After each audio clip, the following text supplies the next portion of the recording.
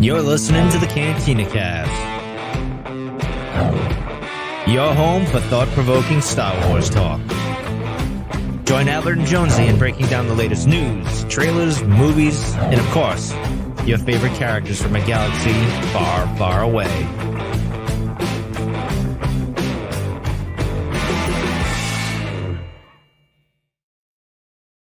Hello, everyone. Welcome to the Cantina Cast. My name is Albert Padilla, and this is episode 538, a time-honored tradition here on the Cantina Cast. It is our final hype episode, where tonight we're going to be talking about the final season of The Bad Batch, Season 3, which premieres in just a few days. We're going to do everything we can to get you hyped up for this episode, or for this season, I should say. And to do that, I'm joined by a familiar friend, Jonesy. Jonesy, welcome to the show. It says still missing tech, and I was wondering if that was a play on what just happened with your technology, but I don't think that's the case. Welcome to the show. How are you doing, my friend? You know, it seems pretty fitting, doesn't it? Still messing. At first, I thought it said still messing with my tech, but nonetheless, thanks for being here. I'm excited, man. It feels weird because we're just a few days away from the premiere, and yet at the same time, there hasn't been like the media blitz that I think we're used to seeing, and I think a lot of that is. There's a couple reasons we can get into, but I guess just your initial thoughts before we get into the thank yous and all that on what week has been like leading up to this week. Yeah, it is a little bit strange. Usually with the series, we've got a lot of activity going on, a lot of TV spots and things like that. But, you know, this whole thing has been pretty truncated. Like we only got the trailer just a couple of weeks ago, 2-3 weeks ago, and it's all just kind of sped towards us. So I guess no preamble, we'll just jump right into it. You know, but this is maybe not to be unexpected with animated series, I guess, right?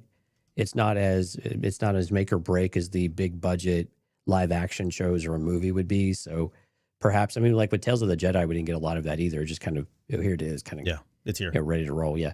So I'm okay with that. I mean, I would have liked to have a little more throughout the season. We got some interviews really late in the process that we were just now being able to kind of digest and see what that's like, some of the writer roundtables and things like that have gone on. But, you know, aside from that, though, it's been pretty quiet. Yeah. And I think you're right. I mean, a lot of it is probably because it is an animated series. But on top of that, I mean, we're season 3. And at this point, I think we kind of all know. I mean, I don't know if they're going after new viewers, right? I don't necessarily think they need to hype this up to get new people to jump on to season 3. So some of that is probably been tempered a little bit. I think the folks that are going to be watching the show are ready to go. They've tuned into this episode tonight.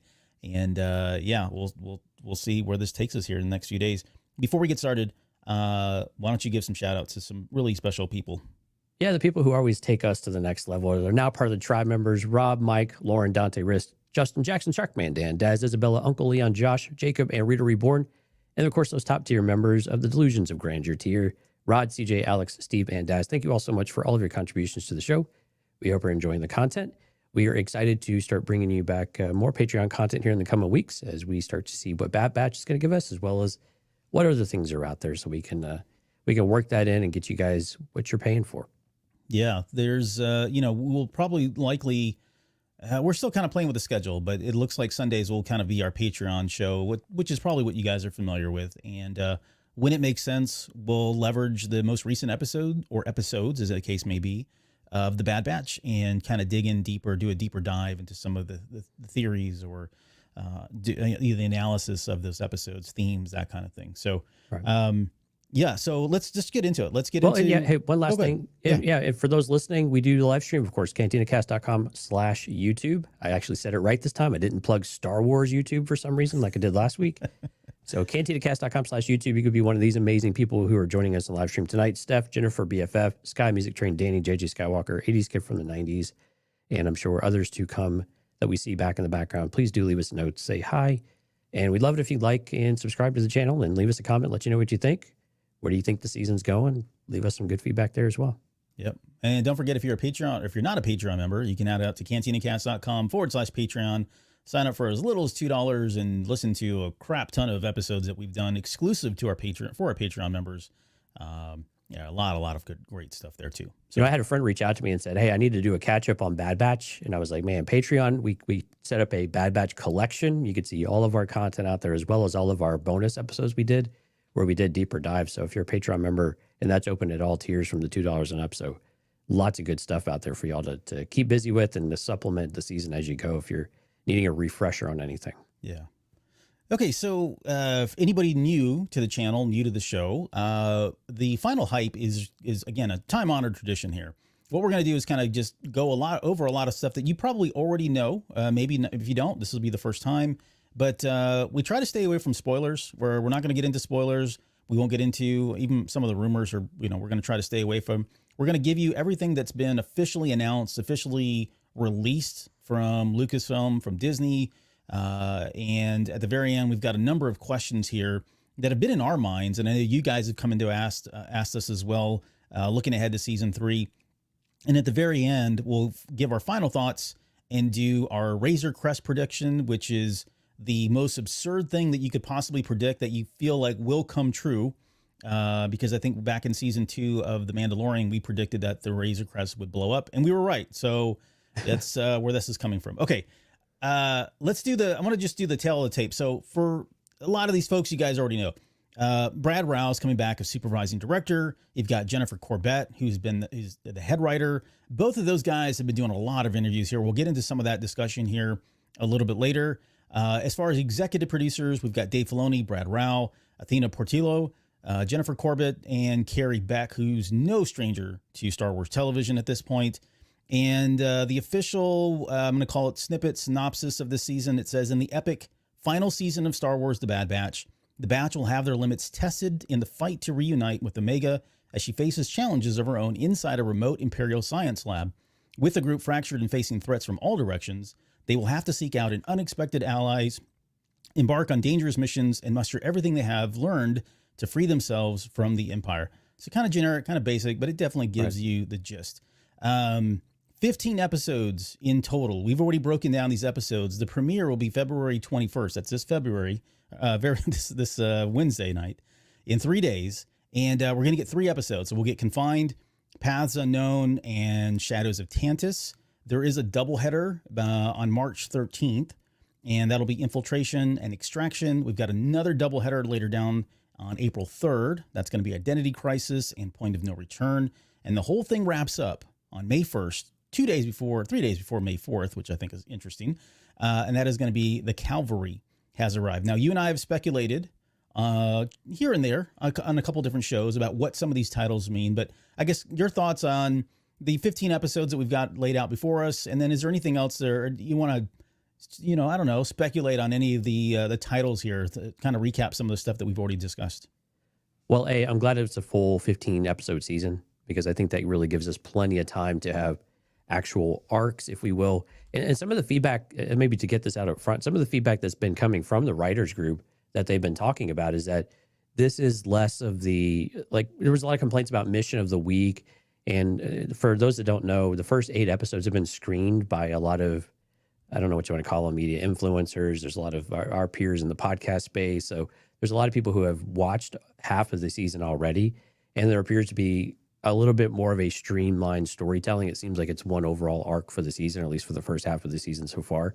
So for those who were a little bit concerned about that, and I think these titles really do kind of feed into that a little bit. You see these natural arcs. You see that some of these really do feel like they feed into one another.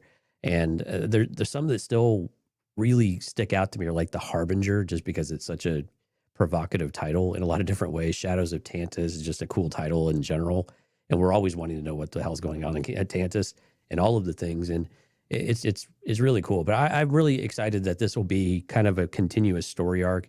And yeah, they'll have to jump from place to place. I'm curious who all the people that we're going to either meet or re-meet, I guess, or rejoin with, aside from like Fennec Shand, who we've already seen in the trailer. But, some of those things would come to light. But I'm excited that we'll have kind of a cohesive, overall provocative season that's all about the story about finding Omega. And we could speculate a little bit about when some of these characters, like when Omega would rejoin the team, or even Crosshair. And we could talk a little bit about that as the show goes on. What about you? Any of these still sticking out to you, or any jump out to you differently than what they did a week ago when we talked about them? Well, no, probably not. I mean, The Harbinger is the one that I keep going back to. It's stuck kind of in the middle there. It's in between, there's a couple episodes in between that and the double headers that we have. Those double headers and the triple headers are always the most there's always a reason for them that they stick Right. out, because there's usually something very substantial, something very material that comes out as a result of the story that's going on there. It's usually the ones that kind of continue to push that narrative forward with a lot more momentum than some of the other episodes, and certainly more than the monster of the week, which, I'm kind of, with the last season, I don't know that I would really be okay with a lot of extra, and I'm going to call it filler because we hate that word here, but I like that they're taking more of a focus, stance in terms of giving us a storyline, because where it ended on season 2 was such a cliffhanger. There's so much emotion from all of us as fans vested in what happened at the very end of season 2, that to come in and suddenly, give us a couple episodes and then we got to wait for another couple weeks before we get back to that main, story. That feels like it would, I don't know. It feels like it wouldn't sit well, I guess, with some fans, although I'll take any Star Wars. Let's just be honest. I don't really care. But yeah, I mean, I'm interested in seeing where some of these characters are going to pop in, like you mentioned. We talked about the Juggernaut episode. I think we've seen a lot of footage from that just because there was a Juggernaut in the trailer. Right. By the way, if you hadn't had a chance, we did break down the trailer just a couple weeks ago, if I'm not mistaken. I forget the date that was, but I think it was last Sunday, actually. So Was it episode last- 5, yeah, I think it was 537. Yeah, it feels like a lifetime ago. But we did break down that trailer, so we've got a lot of thoughts and opinions in there, and we're going to touch on some of that as well as we get into the characters and certainly answer some of the questions. I think with the let me ask you a go question before we get off the titles. So when we did the show, I guess maybe it was a week and a half ago, maybe the Thursday before last, with Harbinger, we had talked a little bit. Maybe it's the Emperor. Do you think it's the Emperor, or do you think it could be like Asajj Ventress? Do you think that could be the Ventress episode by chance, that she would be the Harbinger? I think it's more Ventress now than Palpatine. I don't remember where I landed originally when we discussed this about whether or not I felt like that was Palpatine. I don't know if we brought Ventress into like that part of the conversation. I don't know if it steered there. So what's kind of drawing you that direction then? Well, I was gonna read the actual definition of Harbinger, which is a person or thing that announces or signals the approach of another. And I've got a theory that we'll talk about. No, I don't believe you whatsoever. And I teased this theory. I've been keeping it under wraps. I haven't really been talking about it a lot. I may have mentioned it during the trailer one, but it goes back to the 40, and I went back and looked. It goes back to the 48th minute of the episode that we broke down, the very first episode that we broke down of The Bad Batch, when I mentioned that I thought Omega was Force sensitive. And I led in on my own personal social media pages. I led in with this there and just said, is Omega Force sensitive?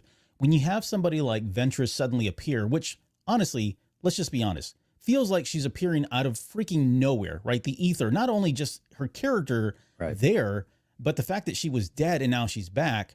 What is that? Why, right? What is she bringing? Is she the harbinger of something yet to come?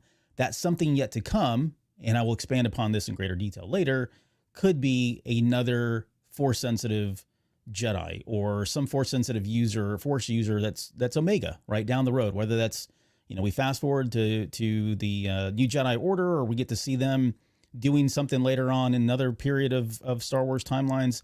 I really think that's kind of what they're foreshadowing there. But again, I'm so wrapped up in this headcanon, like you're not going to get me out of it. So that's where I think Harbinger is. But you, do you have any thoughts about who the Harbinger is, one way or the other? I mean, the Emperor is always such a great example of it. And apparently, by all accounts, the Emperor and Ian McDiarmid is absolutely back to being the threatening menace that he truly is in these episodes, at least through the first half, that he feels like an actual true threat to the Bad Batch, and maybe a more direct threat than what we felt previously, which I'm really excited about. I think it's always great to have the Emperor present and showing what he's truly capable of. This is something that the comic books do a better job of in some ways. You get more face time with the Emperor, especially between him and Vader. So it was nice that we'll see his interest in all of this, and it starts tying things together in different ways. But I like the idea of it being, Asajj in some way. And there's a lot of speculation going on about Omega and certain things about her that we'll kind of skirt around a little bit because, again, spoiler territory, and we don't know what's real and what's not. I've not seen an episode breakdown. I don't know if you have, but I've not actually read any of the detailed accounts of what the first episode or first 8 episodes are. I don't even know if they exist, actually, because I think a lot of people are actually being reasonably quiet about that, probably because they were pretty selective on who they showed it to you. But there's some of that. I kind of want it to be Asajj because I want her to have some sort of meaning and it to tie something to the story and not just be thrown in there for sake, just for because we love the character and want to do more with her somewhere else. But it has to have a meaning. And so I almost like this almost angelic resurrection for Asajj in some way, because that would just be so, I don't know, just so opposite of her character. But it would also just be so appropriate that she would be the one returned back to the Earth to do something. You know, that was totally unexpected of a character of her nature for so long. Yeah. Yeah. No, I like it. And honestly, the first 8 episodes, if Harbinger is episode 9, so, right, if you're going to save that one, then that's the best time to cut it. Yeah, mid-season stuff, right? Things get a little weird. Yeah. Yeah. Let's talk about the cast just quickly. So we've got D. Bradley Baker coming back as everyone, essentially the Bad Batch, including all the clones. It's crazy to think that guy does those without breaking. Like, he doesn't take a break. He just reads the script. I think he pauses to kind of shift his tone, get his voice ready and that kind of thing. But he is reading those scripts character by character, jumping between characters as all those different voices, which I know we've talked about this, but we got to see it live. So we know it's real. Like it's legit. Yeah. I mean, he's just a blessing to have in this fandom, and his work's not over by any means. I mean, that guy will continue to be doing Star Wars work for years to come. We've got Michelle Long coming back as Omega, of course. Keisha Castle-Hughes as Emery Carr, which is Omega's sister. I guess another female clone. I guess I don't really have a question in here. Do I have? Oh, yeah, I do. We'll get back to that here in a little bit. Jimmy Simpson is coming back as the evil Dr. Royce Hemlock. What an a-hole that guy is. So great. I watched the last 2 episodes of last season while I was waiting for you and Ed to come online today. And oh my gosh, just so good. Like it got me so amped for this season because those 2 episodes were just so amazing. I can't wait till he dies. I hope he dies. I want to see him die. I hate him so much. Yeah, I hope he does too, but still. Oh man, I just love he's just such a good villain. I love it. Now here's somebody that's announced. Again, this is on the official website, StarWars.com, for Under the Bad Batch. But they have Nashir Dalal listed, right? And he's the one that played Vice Admiral Rampart. Right. Now, if we remember, Rampart was the original a-hole. Yeah. the original a-hole. But he was also captured. He was basically used by Palpatine and to get his bill passed, and they kind of set him up, right? And he ends up getting arrested and thrown in, I don't know, wherever. I don't know where he's at actually. Somewhere he's been locked up somewhere, right? But it's interesting that he's listed in the credits, because I started thinking about this, and again, purely theory, speculation on my part. But I've been trying to think, like, how does Omega and how do Crosshair and Omega get out of someplace like Tantus? I mean, that's got to be heavily fortified. You've got to have somebody that's kind of on the inside, maybe. Nala Se comes to mind. It could be a number of folks, right, that we could talk to. But what if they did have somebody like Rampart, who's now got a bone to pick with the Emperor, or a bone to pick with the Empire for being kind of the fall guy of all of this, or being set up in the way he was? And, is he one of the people that's helping them out, helping them to escape? I could see that happening, but I just find it interesting that he's listed in the credits, because honestly, I was not expecting to see him again in this season. Yeah, exactly. It's much like, who was in Rebels? The guy's name is escaping me. He ends up being Fulcrum. Oh, yeah, it's, Callus. Yeah, Callus. Yeah, kind of in a similar. I mean, he's positioned a bit like Callus was early on in Rebels, right? Right. He's the main villain, at least for the antagonist to our heroes, and then at some point turns when he starts to see what's going on and all of that. So I think, when you look at, we read the intro, right? Unexpected Allies. This is another one. Why he would be on Tantus, I'm not sure. I'm totally sure there, because he was just an officer. So unless he has secret knowledge and they want to keep that there on Tantus to make sure none of that stuff gets out. Because again, Hemlock has done a great job of making sure that Tantus is completely off the books and that no one knows what this place is, knows where it is. No one leaves alive, kind of thing. So if he knows anything, maybe that would make sense that he would be there. But yeah, this is a character I was surprised to see in the credits, and it makes sense that if someone like that were to help them, it's just another one. And again, long season, so it could be other areas too. It could be something a little bit later on, not necessarily with Omega specifically, but with the team and being able to help access Tantus or find out where Tantus is. Maybe he does have information that come across him in a different way as well. Right. Yeah, there's a couple of ways. You're right. Like, I don't know that he'd be on Tantus per se, but maybe he does work his way, like you said, into, a side story where he's able to provide valuable information to the team and, right. Kind of get back at the Empire, and especially Palpatine, for what has been done to him. That's a great storyline. I'm glad you kind of recalled that for people, because I think we lost sight of that he was totally set up and they stabbed him in the back, and trying to get all this bill passed and just totally screwed him. So he might have a bone to pick there. So we've also got Wanda Sykes coming back as Phee Genoa. We all know who she is. Ming-Na Wen as Fennec Shan. We saw her in the trailer. I'm going to assume Corey Burton as Cad Bane, although he's not been officially listed. I don't know why they wouldn't have anybody else. There's no one else that can do it, yeah. But yeah. So Corey Burton will be back as Cad Bane. And then we've got Nika Futterman, who's coming back as Asajj Ventress, which, I mean... Love that sultry voice, yeah. Yeah, I know. She does it for you, from what I understand. But let's see. It wasn't awkward at all, yeah. No, it's not awkward. Do you like her with hair or without hair, though? Actually, I like her with the hair. I like the blonde hair. It's just a different aesthetic, right? She just carries herself in a very different way when she's got the hair versus when she was bald. Yeah, I mean it's a very it's night and day, no pun intended. But I mean it's bald. That look is very Sith assassin, and what we see in the trailer is very much like, I wouldn't go say Jedi, but definitely light side Force user of sorts. Yeah, you got to be careful. You can't call her soft. You can't say it's the softer side of Asajj because she will kick your butt. Yeah. I don't think she has a softer side, to be honest. I don't think so either. Yeah, it takes a lot to pierce that veil. Yeah. Unless you're Quinlan Voss, if you know what I mean. Okay, so that's everybody, I guess, as far as the cast goes. There was a question here. It says, Music Train said, I read that the episodes won't release until Wednesday at 3 a.m. my time. That's a bit of a bummer. Yeah, I mean, if you are on the East Coast, it's a 3 a.m. start because remember, these things release at 2 a.m. Central, which is the center of the universe, and midnight for those on Pacific time. And so I mean, and the fact that we're getting 3 episodes up, I forgot to mention this.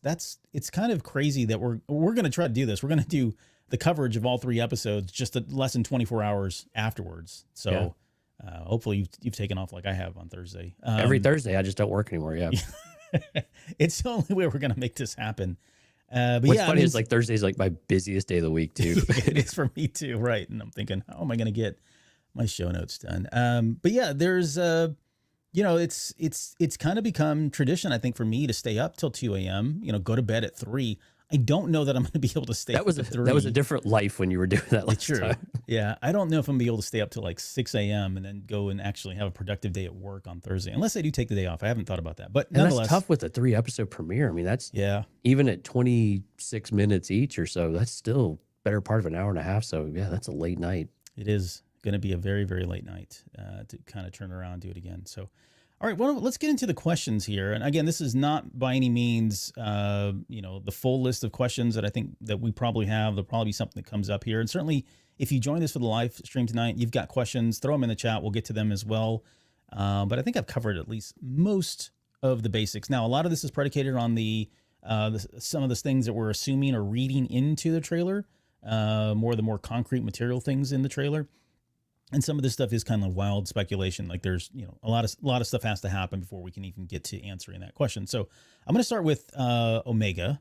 And I think it's safe to say at this point that both Omega and I'm assuming Crosshair both make it out. They're rescued. Either they're rescued or they escape. But I kind of want your thoughts on if Omega is rescued, who rescues her? And same thing for Crosshair, who rescues him? And then anything else you want to throw in. And again, there's a lot here. I know we've already unpacked a lot of this in the previous episode, but your thoughts on that? Yeah, and there was an interview with Michelle Long as well. So we know that Omega is detached from the Bad Batch for a big part of the season, which I think isn't necessarily a surprise. We had kind of speculated on that too. And so I think it's a complicated thing. I think it's a number of people who are involved in the rescue of Omega. And so it's a hard question to answer. Like, how specific do you want to get? Like, who actually says, I'm here to rescue you. I'm Crosshair. I'm here to rescue you. I'd love for it to be Crosshair, actually. I mean, it would be really fitting for it to be Crosshair, but I think Hunter will be the one to actually, quote unquote, rescue her. Maybe Emery Carr is another one. We don't know much about Emery Carr, so what's her place in this? Does she turn? I mean, let's just list off the candidates maybe. You have Emery Carr, you have Hunter, you have Crosshair kind of on the inside-ish. You've got Nala Se, right? Is there any, I mean, you've got Wrecker and, of course, Echo as well. But, I mean, those are kind of your top 4 candidates, I would presume. Yeah.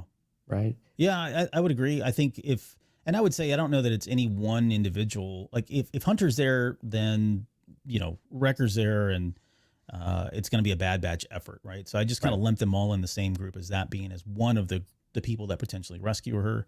I think from the trailer, we were predicting based on what we saw that was Omega and Crosshair walking away from the wreckage of that ship that had landed. Right. And so it does sound like they may not necessarily get a grand rescue, at least not from Tantus, which I think would be, walking into Tantus just doesn't seem like something they're going to be able to do, right? That seems like that would be like the finale.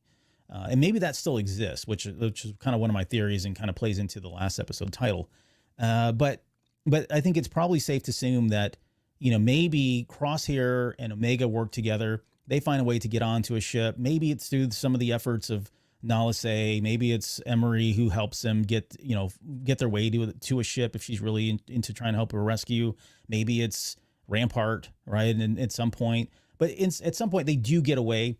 They crash the ship, and maybe Crosshair sacrifices himself being recaptured so that Omega can then reunite with the Bad Batch. So that's where the rescue happens, and then the rest of the season at that point is all about going back for Crosshair, right? Because I don't know that we're going to see a lot. I mean, we'll see. I think we're going to get a lot of Crosshair and Omega up front, and I'm really excited about that dynamic. Both of the you've kind of talked about it, but in most of these interviews from Brad Rao and Jennifer Corbett, they were talking about that dynamic. If you've got somebody like the Odd Couple, right? You have somebody like Omega who is super positive, always thinking positive about everything. And then you have Crosshair, who is absolutely negative about everything, right? Well, he's so defeated at this point, too. He's so defeated, right? On top of that, I mean, he was never a really perky person to begin with, even when he was on the Bad Batch. But now he's, somebody who's, really kind of down and out at this point. So having that relationship and really getting to kind of see that dynamic between the two characters in the first set of episodes, I think is really great. It kind of the midway point, I would expect them to kind of to get away. I would then like to see Omega be rescued by the Bad Batch and somehow Crosshair doing something to allow her to get away, knowing that he's going to be recaptured, because what does he have left to live, right? Maybe it's his redemption and he feels like it's his last good deed. And then thinking at that point, I'm done. No one's ever going to come for me at this point, right? There's no reason to. They came for Omega. They didn't come for me. And if you look at the last episode title, which I think is The Cavalry Has Arrived, to me, I would love to see like everybody coming back. Fee, everybody on, what's the name of the stupid tropical planet there? Tropical Pabu, right? Maybe it's that. It's the, there's more of us kind of moment from Rise of Skywalker. But I'd love to see all of these clones and everybody, Rex and Echo and everyone else, Cody, throw Cody in there. Why not? But I'd like to see all these clones come back and maybe not just there to rescue Crosshair specifically. Maybe there's another mission there. But the idea that the cavalry has arrived, like everybody's here to rescue Crosshair, and it just kind of ends right there. I mean, I think that's where I would love to see it go, and not and maybe still have an aftermath kind of thing. So that's a really long-winded way to answer that question. There's a lot there, but that's kind of what I'm thinking in my head, anyways. Yeah, and I'm thinking how reality will probably go. It'll probably be the other way around. I think we'll get, because we've seen Crosshair's rifle in the trailers. We see pieces of him, so I think we'll get Crosshair reunited with the team. I think this is actually kind of a good thing. So I think two things we're hearing, and some of the interviews that we've seen with Brad Rao and Jennifer and others, is that Omega is very important, right? Omega to the Empire. There is something special about her.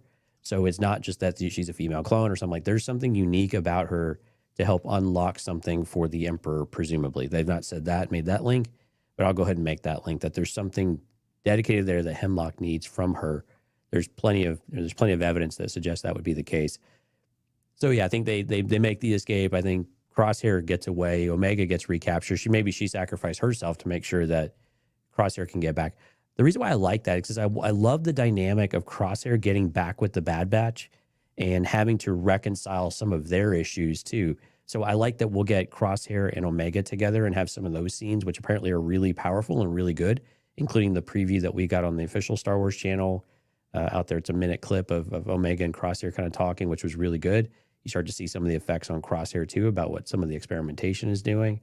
But you also have the opportunity for him to come back with his brothers and start to figure that out and maybe not fix. I don't know if these guys can really fix anything. They're not really emotionally mature enough to do a lot of that on their own. They're not bred for that type of thing, but they've come a far enough way that I think they can reconcile some amount of differences. And I just think the conversation or the some of the dissonance in the relationship is interesting enough to where we're going to want to see that and see how they build that trust again. Because even when they agreed to go look for Crosshair in the first place, they were still very, they didn't trust him. They didn't know if maybe Crosshair was setting them up, and these types of things. So I like that we get that dynamic. So I think it'll all probably be flipped around just to make sure it's all about Omega. But I think that'll also be a good thing for Omega because we'll see the resourcefulness and we'll be able to see her develop those relationships with Emery and LSA and explore more about those relationships in that meantime as well. Yeah, and I'm with you. Actually, sorry. Unplug my carrot. As you were talking, I was thinking about I was thinking about the idea of flipping that. And I actually like that more. You make a really good argument. I can see it go either way, but I'm actually more in favor of, like you said, having it flip because I think that plays into the why of Asajj Ventress, right? Right. And I don't want to spoil too much here because I was kind of saving it for the very end, but if Asajj Ventress is coming back to this series because we do find out that Omega is force sensitive and there's now a, no pun intended here, I was going to say vested interest in her going to save a potential force user, right? I think that definitely would play into it. So now the cavalry is literally everyone, including Quinlan Voss and Asajj Ventress, coming in at the very end to rescue Omega for that reason. So either way, I think that's probably it's going to happen. And we are kind of cheating because we did get to see the footage and it does look like they're out. So there's only kind of a couple of conclusions that you could draw from that at that point. Yeah, and in the chat, we did have a few people throw some ideas out there as well. So 1UP versus CPU threw out there Ahsoka. Ahsoka is floating around out there. It's a bit early in the timeline. We're not really sure what she's doing around this time, so that would be an interesting one. Brandon threw out Boba, and of course Ron White also said that anything Bobby Fett would be great, but we'll go with Boba Fett too. And then and then Trent with a general comment there of when you finally need to get to the bottom of all this cloning stuff that Palps is up to. Yeah. Yeah, we need to go into that. Yeah, we'll touch on that here in a little bit. Let's go back to Ahsoka though, real quick. Yeah. I don't hate the idea. I don't think that she'll make it into this series though. I think that would be not to say that she would upstage anybody, but I don't see her coming in, especially when you got. Although there would be kind of cool to see. It's not. It's not a 0%. I think is kind of where we're going because even in the interview with Michelle. It was very much a little, it wasn't sneaky. She wasn't like skirting around things. I think she was just being wistful about Omega, maybe making the trip to live action, but making connections to live action and to the saga as a whole that this fits. And this series in season 3 will have a more specific way of relating to the rest of the saga. And so there are some, so folks are making some of those connections that might not be there, but also I think they're on the table as we're finding out. These things are on the table. I mean, they know how to draw Ahsoka in this animation style, right? I mean, they've done it thousands of times, it seems like, or hundreds of times at this point. So it's not out of the question. It would be interesting how they would fit it in there. I would love to rather see Tales of the Jedi Ahsoka in this part of kind of her own personal journey than come into Bad Batch and being visible again. But it would make for a very interesting story and interesting dynamic. And I don't think it's zero. I think there's always that little, even a small chance that this is possible. Yeah, there was, and I'm with you. I don't think it's out of the realm of possibility. It's probably slim. There was they had asked Michelle Long about the dynamic between Omega and Ventress. And so I just want to put a warning, caution out there. Again, this is stuff that's been officially released. Okay. So if you're super sensitive to spoilers, I guess turn it off now because some of this stuff we're going to base everything on. But she was talking about that relationship. And she says Ventress was really interesting to Omega. Okay, so that just implies, in my opinion, that they are going to have some scenes together. She says she comes across as a formidable figure, but I think that one in particular really sort of took Omega a step back. There was a sort of fear and respect and like intrigue about her. So Omega being seeing Ventress, respecting her, fearing her, and having a sense of intrigue about her. If they're going to have that relationship, they're going to have that screen time, and there's going to be enough for her to kind of get all that. Then you throw in Ahsoka on top of that, then I don't know, it feels like it's pulling away. And that's why I said I don't want to say it's upstaging per se, but it feels like we got too many chefs in the kitchen now trying to cook. It's still the Bad Batch, right? And I think this is we've had this conversation a number of times over the years about when does it make sense to bring other characters in and when does it become too much and does it be more about the guest appearance than it does the real appearance, right? And Book of Boba Fett's a great example of that. You brought the Mandalorian in and became more the Mandalorian than Boba Fett, right? And that doesn't quite feel right either. It doesn't feel like it's the right story. No matter how good it was it kind of the right fit for what they were trying to do? Yeah, and that's a question. So I think that's probably a bit of a drawback there. You get too many characters that coming back. But again, I mean, this is the final season. So sometimes we throw the whole kitchen sink at it and see what happens. What do you think about then how would you feel if Ahsoka wasn't there and then suddenly in that last episode of The Cavalry Has Arrived, she is there and she's there with Rex and she's there with other, I don't know, folks, and they're just part of the group. Like, we're not focusing on her, but they brought her in because we're raiding Tantus or we're going to take out Tantus in some way. Like, I think I'd be okay with that without really getting a whole lot of explanation because we know she's out there. We know she has a connection with all of them. So why not? Why not just throw in for, cameo sake? Yeah, I mean, you could. I love getting Ventress her time to shine, though, because since we didn't get the book on screen necessarily of her Dark Disciple or the Clone Wars Lost Episodes, I would love for her to kind of have a moment and on her own, out of the shadow of Ahsoka in some kind of ways. But I love their dynamic, though. I love them as a pair on screen. I think that would be really cool in relation to one another and reforming that bond and maybe creating more of a firm bond than maybe they had before, which I think would be a really interesting thing to explore. But again, is it the right place for it? Or does it set something up later, right? I mean, we know this is going to be a springboard for something else afterwards. It will close this story out, but can it bring us something else later on too and open those doors to those stories? It definitely seems to be a yes for Ventress based on all of the little, breadcrumbs they want to, say, no, not really, wink, wink, and we'll see what's happening, but they're really telling us everything that's going to happen, right? So, it could very well be, but I think it'll probably be more about Ventress than I think Ahsoka. So not 0 for Ahsoka, but I think still, pretty low. We did have a question in the chat though. Oh, yeah, go ahead. Yeah, I've actually got Music Train. I've got yours. I'll come back to that here towards the end. I want to touch on this one though. So Boba Fett, we had two people kind of chime in on Boba Fett. I guess chances, realm of possibility that we would see him in the series, and how would he fit in? I guess that's my question really is, I like the idea, again, similar to Ahsoka, but given what we've seen at least, right, which, is not everything. We're assuming that we've only seen the first, 8 episodes or footage from the first 8 episodes, if that, or maybe a couple a little more here and there. But working him into all of this, where does he come in? Like, they haven't given us a good avenue for him to kind of onboard with the series. And so it does feel like it would feel shoehorned. And then what would his role be outside of, don't get me wrong. How freaking poetic would it be for him to save his own sister? I think Steph even said, I'd cry. I think she's talking about if that actually happened. Omega being, Boba Fett being the alpha, I guess, if you want to call it that. Omega being the final, maybe. But I guess any thoughts around Boba Fett? Do you like the idea? How do you see that working?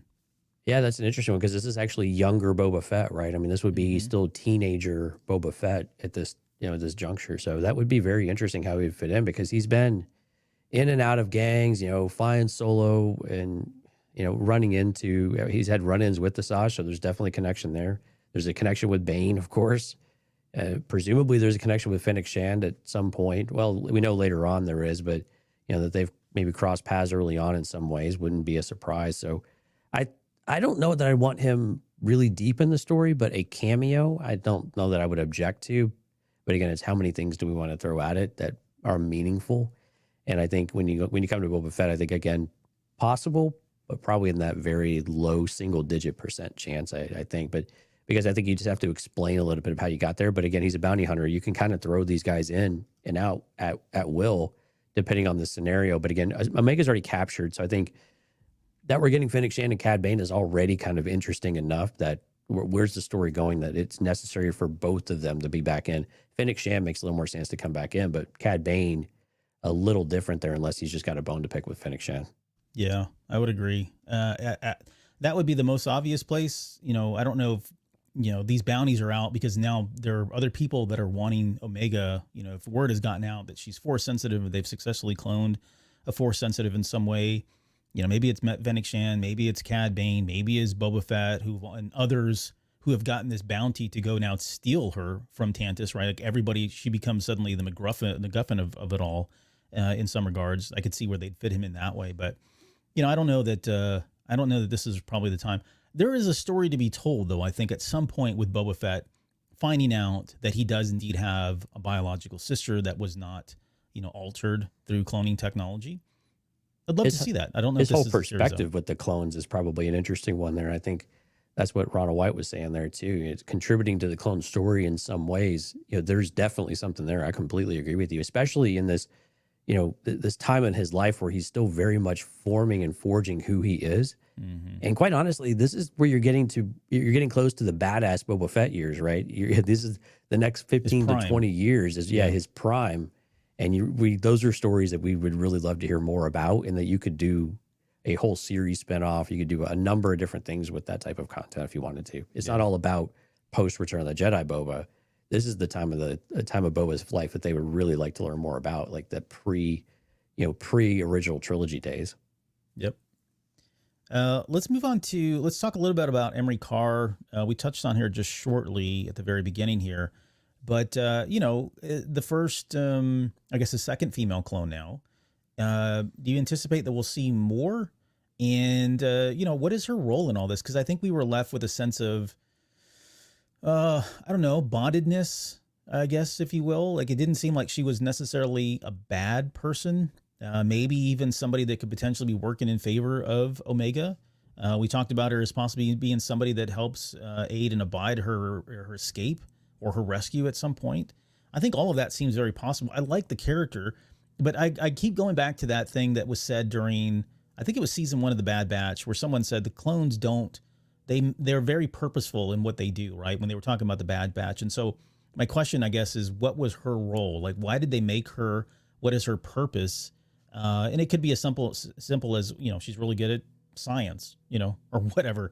But I just do wonder what her role would be going into season 3, and how much of an ally do we think that she's going to be to Omega and even Crosshair to that extent.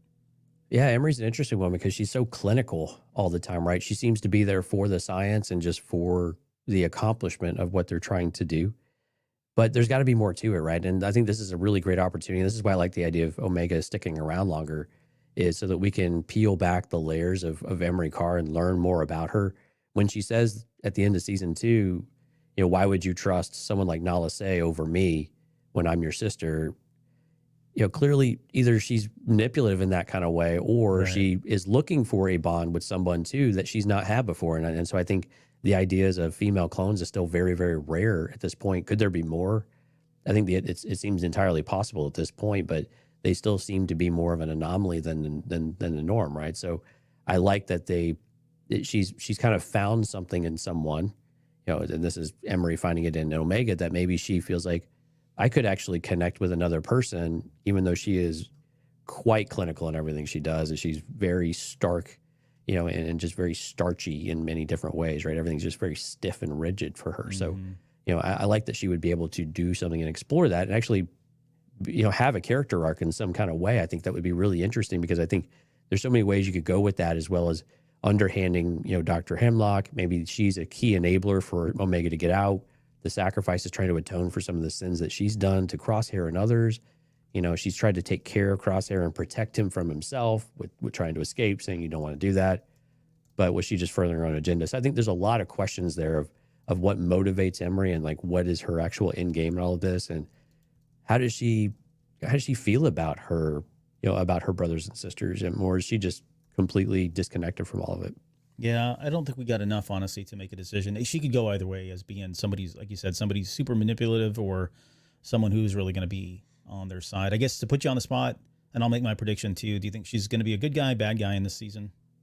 I think she'll be a good guy by the end of it, if you want to classify it in very black and white terms. I think she will side with Omega at some point. I think so too. I'm going to go with that. And I feel like it is because, that sense of Omega does a lot to inspire people, right? She brings it out of people. Yeah. She sees the good in people. She brings it out in people.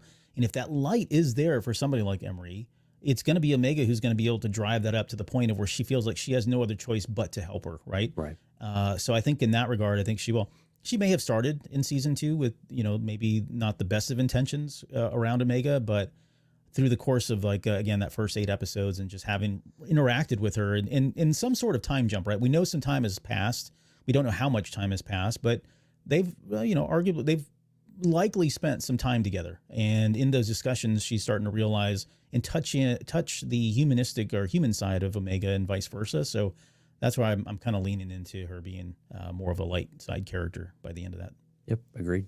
Let's see. I want to, by the way, Trent has got a question here about Palpatine stuff. Trent, if you're still on with us, I've just tabled your question. We're going to slot it into a similar set of questions that we got around Palpatine and what the hell's going on Tantus. I want to talk about quickly Pabu because, and I threw this question out there. These questions I came up with weeks ago, and it was before the trailer.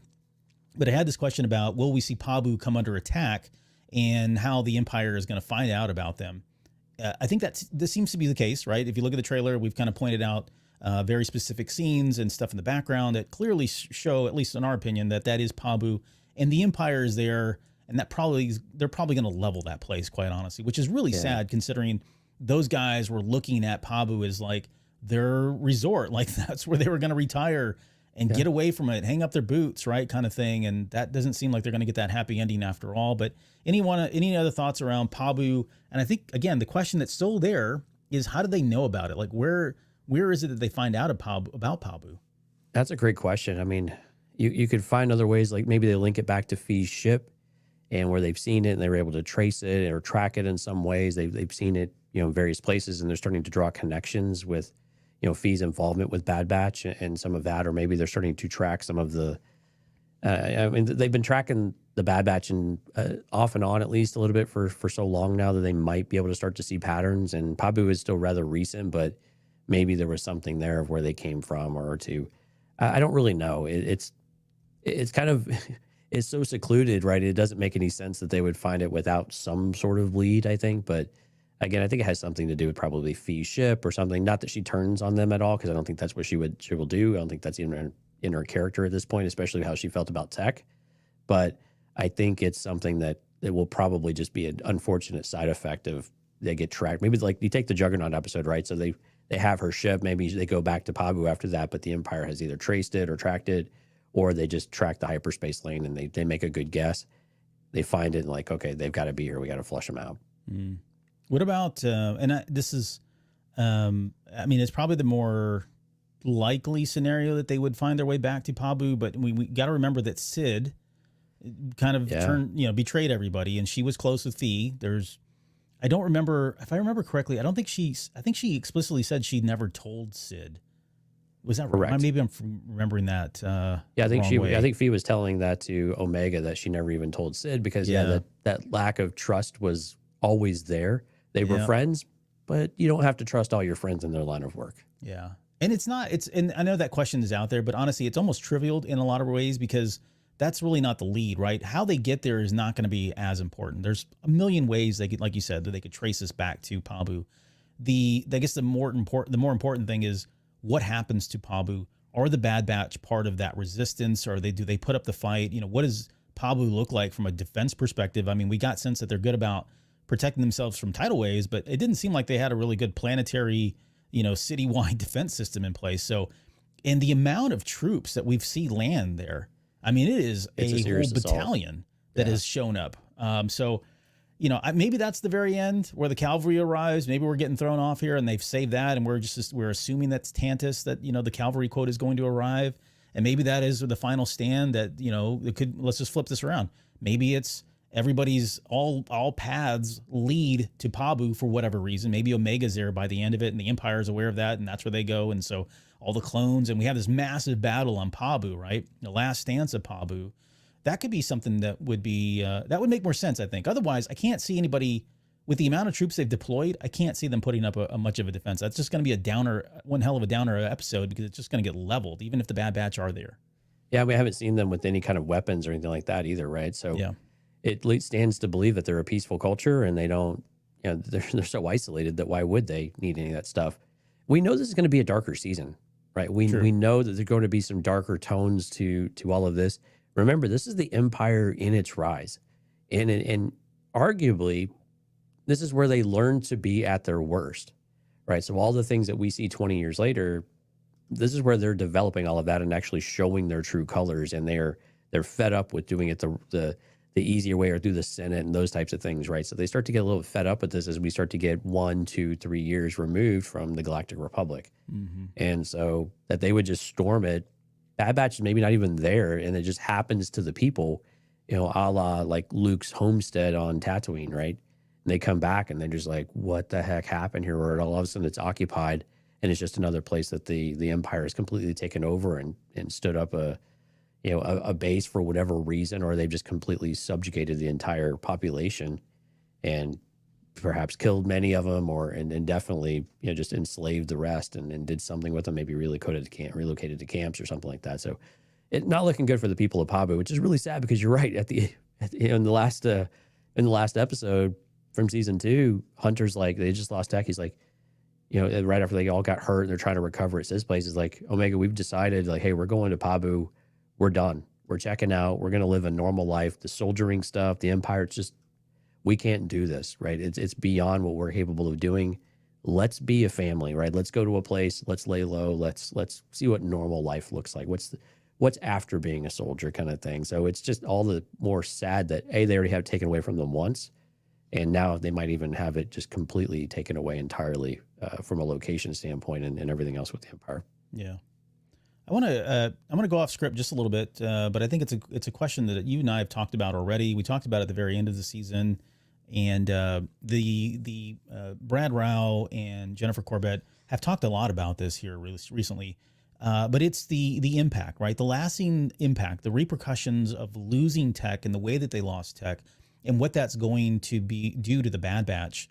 I guess your thoughts on what that's going to look like with the existing members of the Bad Batch, who fills the void, and how much do you think we're going to see that play into, episodes throughout the rest of the season? Oh, I'm so looking forward to this. I mean, it's sad. I mean, it's going to be sad to see because I think you're going to see there's no one that fills the void. They're going to struggle to figure out how to fill the void because he's no longer there, right? It's like when Tech left, we were like, okay, well, when Echo left, right? So Echo and Tech have a little bit of, they overlay a little bit. So Echo leaving the group, is it really that big of a loss? There's some situations where he is super helpful. And of course, he's a great member of the team and we love Echo. But was it a huge loss? But now you have both Echo and Tech gone. Yeah. And you lose a big part of your team. Because remember, Tech did the flying, Tech did a lot of the analysis, a lot of the strategic planning, those types of things. So those are huge holes to fill, right? And this is where these stories get really interesting, is understanding like when the team recognizes they're missing that and how they reconcile that, how they grow past that. Do they get stuck in those, or do they find ways of overcoming that and trying to find ways to do better? But I imagine they'll just struggle a lot. I mean, they'll the missions don't go as cleanly as maybe they once would, and those types of problems start to surface throughout all of their missions. And I just hope they talk about Tech. I mean, I just want them to talk about it, acknowledge that Tech is not there. And it sounds like we will get some of that. So I'm actually really excited for that pain to come back.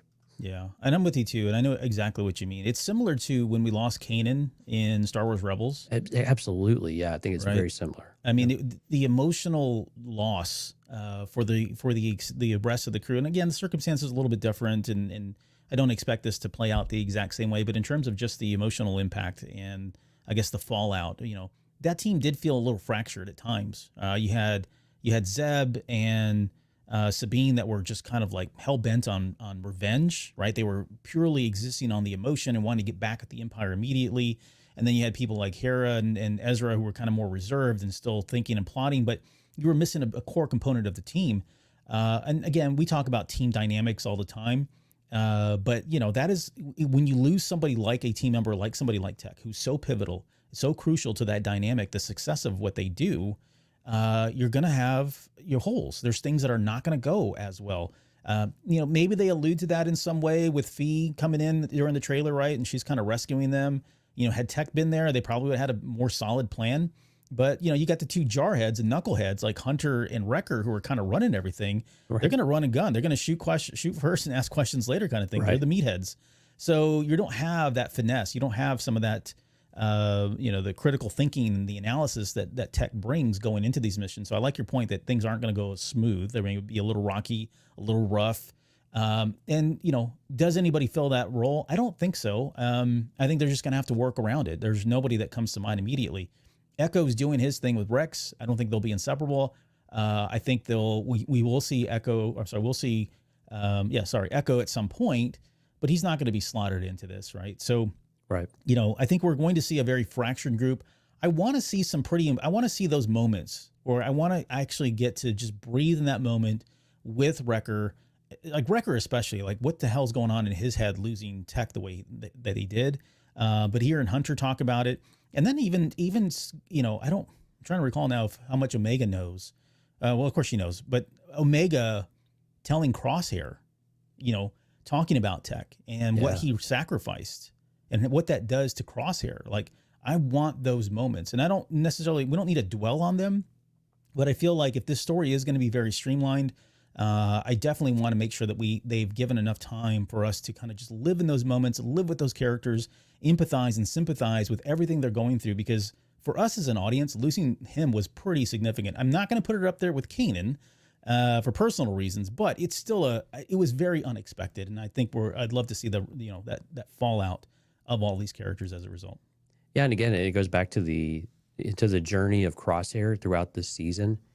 Of he's already made the turn, right? So he's already started making the better decisions, but now it's like, how does he actually put that into practice? How does he reacclimate and reconnect with his brothers? And then how does he respond when one of them was actually taken away, by the Empire in that situation? I think it's really interesting to see how Crosshair is going to do. So I'm right there with you. I think that's a fantastic storyline to see how he handles that. It's probably short. I think Fee's another one. I mean, she had feelings for Tech. We haven't had any kind of idea of how she's reconciled that or how she feels about that.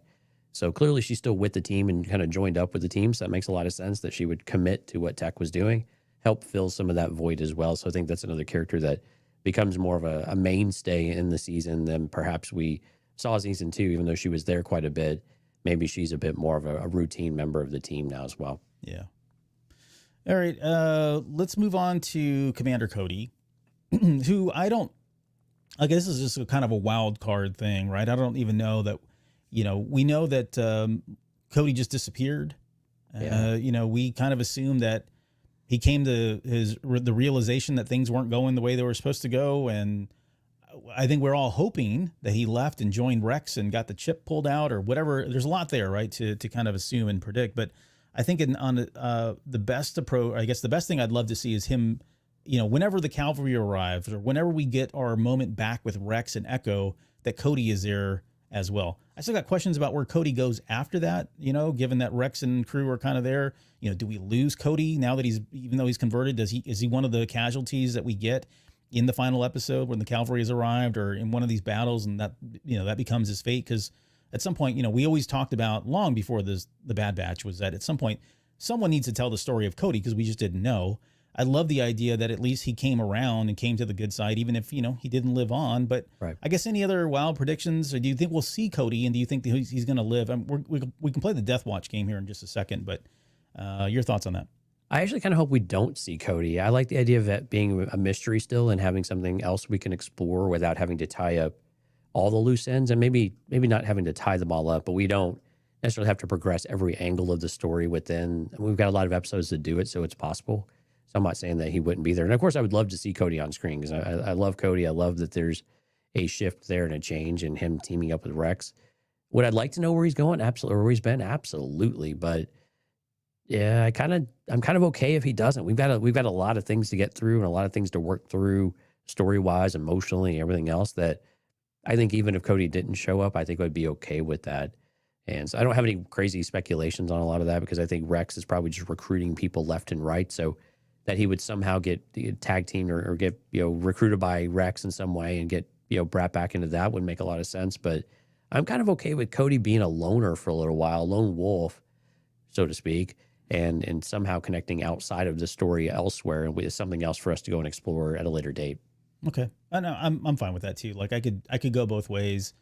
I think we liked Cody a lot until that movie. But I'd like to see, especially given the Clone Wars, right? I mean, it's just weird. Right. But if this is his end, I guess I wouldn't be heartbroken by that. But if they left it open, they allowed him to kind of have his own time somewhere else and stories to be told about him later. I just have a lot of questions around the chip and what that conversation is. I kind of want to know what that conversation was like between Rex and him.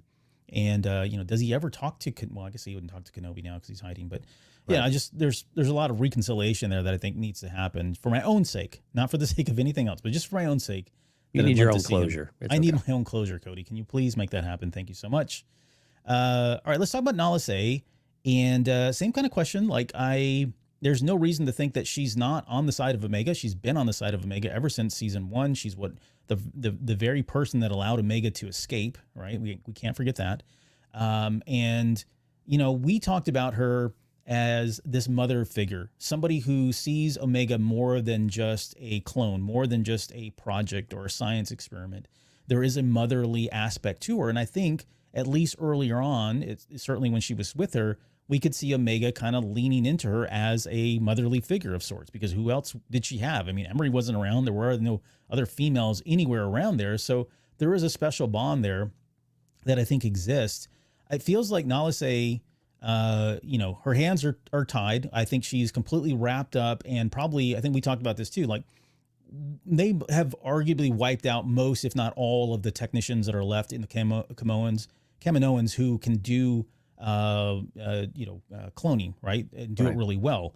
So she's there, probably working under duress, under the strong arm of the Empire to mass produce clones and hopefully get a force sensitive clone. So she has her hands tied in a lot of ways, but I feel like if there's one person in there that is going to help be a catalyst for her escape, maybe Crosshair's escape as well, it does feel like she is somebody who's on the inside. And I guess one thing that I would ask you is, do you think at some point she has a relationship strong enough where she would give her life for somebody like Omega to escape yet again? Is this where we see her final demise? That's a really good question, because I mean, that's one of the questions we've had is, why does Nala Se have this special connection with Omega? Or at least she seems like she does, right? To your point, Right. She seems like she takes care of her, at least that she's looking out for her best interest. She feels like she's trying to keep her safe. But why? I mean, why? We haven't seen this level of care. And really, it's quite minimal. But for a Kaminoan, it seems like a really big deal, right? Because they just don't. They seem so disconnected from any kind of emotional attachment to anything, especially their work. To where, what is it that is so special about Omega that it wasn't just that they worked closely together and she viewed it? So I hope we get those questions answered. And I think if it continues down that line, then I think it's where Nala Se, as a parent, you're like, I will do whatever I have to do to keep my kids safe, including laying my life on the line, in that moment if I have to. And that's what we do as parents. And so I have a feeling that if Nala Se really does truly equate herself as her mother, then I definitely think that she would. I think she would do that. And I think Nala Se, if we were talking about Death Watch, I think Nala Se is probably on that list as a high degree of likelihood, because we know we're going to get lost this season. I mean, it's just a foregone conclusion, I would think. And I think Nala Se is one of those of the last of the Kaminoans are finally, are being taken care of in that way, even if it was more in defense of Omega. Yeah, I think so too. Like Nala Se and the other Kaminoans that are there working and doing these experiments, I don't suspect they live very much longer beyond this. I can't see. Oh no, yeah. Yeah, I mean, at some point, just because it feels like they're the Empire, Palpatine, by the time we get to the Mandalorian, it feels like they're still struggling. They have not been able to perfect this. A lot of that can be because he's lost the key people that he needed to make this successful. Somebody like Nala Se. If she sacrifices her life, which is why they didn't kill her, because they needed her, right? They need her because if she's the responsible for, again, this is another presumption, but if she's the one that's responsible for successfully imbuing a clone with force powers, midichlorians, however you want to look at that, he's going to want to keep her around. If he loses her and he's lost everybody else, all the other Kaminoans that were part of the whole cloning project, right, they're going to struggle, right? And so there's a part of me that thinks that at some point she probably won't make it out of this season for that reason alone. And that could speak to Palpatine's overconfidence, as Luke calls out, right? He thinks he's got this in a bag. He's got everything wrapped up. He's talking about, in the quote to quote the trailer where he said everything counts on the success of this, right? I'm paraphrasing here. I think he's telling Hemlock, right? You can have anything that you need at your disposal. Just make sure this happens. And I think it's either securing Omega, protecting Omega, or ensuring the testing and the cloning that's happening to imbue another clone or another living being with force powers or midichlorians. That's what's critical. That's important to him because of Operation Cinder and his lifespan and all that stuff. I feel like that's going to have some of the legs are going to fall out there, and he's going to be stuck trying to piecemeal all that together with people that don't have the expertise as someone as her. Yeah, absolutely. I agree with you. I think this is the end of the Kaminoans, and I think, again, it speaks to all of the problems they have later on. And we had a question in the chat from Bull Run about Exegol and some of that, and we'll talk a little bit about it when we talk about the Emperor, about where some of that's going. But I think, yeah, this is definitely where we start to see what the side effects of what we're going to see in this season, and how far reaching they are all the way through the rest of the saga, all the way up to Rise of Skywalker potentially is kind of how we're being led to believe. So, we're going to have a piece of that story filled, throughout the season. So it would just make sense for that to be part of it. Right. Yeah. Okay. Let's, I guess for the last part of what we got left here, let's talk about, I guess we'll get into the more force sensitive type heavy content questions. Right. And so we'll talk about Asajj Ventress. We'll talk about Omega. We'll talk about Palpatine. We'll even talk about Vader, who was brought up and questioned here. But I guess the big question is, do you feel like we're going to get confirmation that Omega is indeed force sensitive? That's the big question. And based on that, there's a lot of other questions that stem from that. Yeah, it kind of seems like we're headed that direction, doesn't it? I mean, and I think this is where, and in some of the interviews, they've talked about this in a roundabout way, and they don't want to give too much away, that they have to be careful, right? Because I think they're probably referencing Sabine, right? Can you make everybody force sensitive? Does it feel like everybody's doing this, especially a clone? What does force sensitivity actually mean? What does it translate into, right? It doesn't always mean that you're going to be out there and be training to be a Jedi necessarily. So what does it mean? But it definitely seems like, yeah, they're leaning towards something is unique about her that would be special about her to be connected with Palpatine and to be interesting to Palpatine, especially if he's made the connection directly to Omega, which it seems like he has made that connection in some way. And again, maybe this does start to have a direct line to Rise of Skywalker, right? So how did he create his clones, right? His, the father of Rey, and so we start to go down that path, right? Of, is this that story that starts to develop in some way? And this is the genesis of it, so to speak. Yeah, I think the short answer, the quick answer for me is yes. And this is something that I've wanted ever since that first episode. Again, I went back and listened to it in the 48th minute is when I said, there's something going on here. Like the clones, we know, developed all the clones and they've all got their special powers, but we weren't really clear on what Omega is. And I think throughout the course of seasons 1 and 2, we talked a lot about her strategic planning, right? How good she was with strategy. But there were lots of signs throughout those episodes where she had some kind of, premonition that things were going to happen, right? She was able to see certain things, whether it was Hunter coming down. I think we talked about that. You mentioned you could hear the footsteps, but there were other examples too, where she, Gungi, right? There was that example too, where she could hear him and feel his presence. And then, right. of course, at the very end of that episode where her and Gungi are sitting there praying or meditating in front of the tree, right? There's always been these little signs and they've never really concretely come out and said it. But I think I've always wanted it to be, because I think it plays into very similar. No, you have not. I've been very vocal about it. I know. Yes, you've been very vocal. Yeah. But there's something that was always in the back of my head of like, how do you bridge these two? Like, it feels like they're doing a lot to explain somehow Palpatine has returned, right? Which is a liberty that Star Wars has, and that we get all this additional content so that even if somebody throws in a line like that everybody hates and, doesn't give a lot of context, we have the benefit of being able to tell all the stuff that came before it afterwards, so we can all make sense. You can call that retconning if you want, or you can just call it recontextualizing the story. Nonetheless, there is an opportunity here to kind of give us the details of how Palpatine returned with a lot of exposition, this being one of those crucial pieces. At some point, they had to have a successful experiment, right? Right. Why not make it Omega? Why not make it Omega? Why not make it somebody who suddenly disappeared from his grasp and he wasn't able to continue those experiments, and why he struggled for so long with all the Snoke clones and all that stuff, right? I think there's a lot of telltale signs as to her being force sensitive. I think they are going to come out and say it. I don't know that they're going to say Omega is force sensitive. I think they may take the more scientific approach of midichlorians, which I think is, again, love it or hate it. Good old M counts. What's that? Good old M counts. M counts, yeah. There was one of the interviews, I think, with Jennifer Corbett, who said they were very sensitive about she was alluding that this is going to come out. Okay, I don't know to what end. I don't know to what extent. I don't know. She was she tippy-toed really around all of it. Skirted around it. Yeah. She did. But it does sound like there is going to be some talk of midichlorians and that they were very sensitive and conscious of not getting too far into that. But it probably is there. So I think they're going to explain it as high midichlorian count. And that doesn't necessarily, like you said, translate into force sensitivity.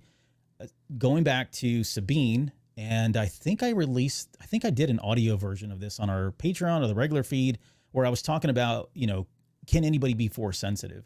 And there are a couple of things that factor into that. I won't get into all of them, but just because you have a high midichlorian count doesn't necessarily mean you're going to be, Anakin Skywalker. You have to have discipline, right? To quote Kanan, you've got to have training, which to quote Ahsoka, there are other degrees, there are other factors that play into whether or not you can actually be a force wielder or actually harness that the power of the force more than just midichlorian. The potential exists because their midichlorian count is there. And I think this is where Asajj Ventress comes in. I would love to see, and I'm going to just jump ahead to, I guess, one of my bigger theories and what I'd love to see happen in this series, or maybe even further on. I'd love to see this idea that Asajj Ventress comes in, knows that there is somebody who has a high midichlorian count, and I'm jumping a lot here, her and Quinlan decide to take her away. And because we know Quinlan exists, right? He was mentioned in the Kenobi series. Right. But what if they actually raised her, right, as her child? I wouldn't say they're going to adopt her or anything like that. But the fact that all three of those people are running around doing Jedi stuff secretly, and the Empire never finds out about them, I think would be amazing to know that she's still out there. Could she still pop up later down the road in New Jedi Order or whatever else? Yeah, sure. I mean, the possibilities are certainly endless. All three of those guys could certainly show up in that series, right? We don't know.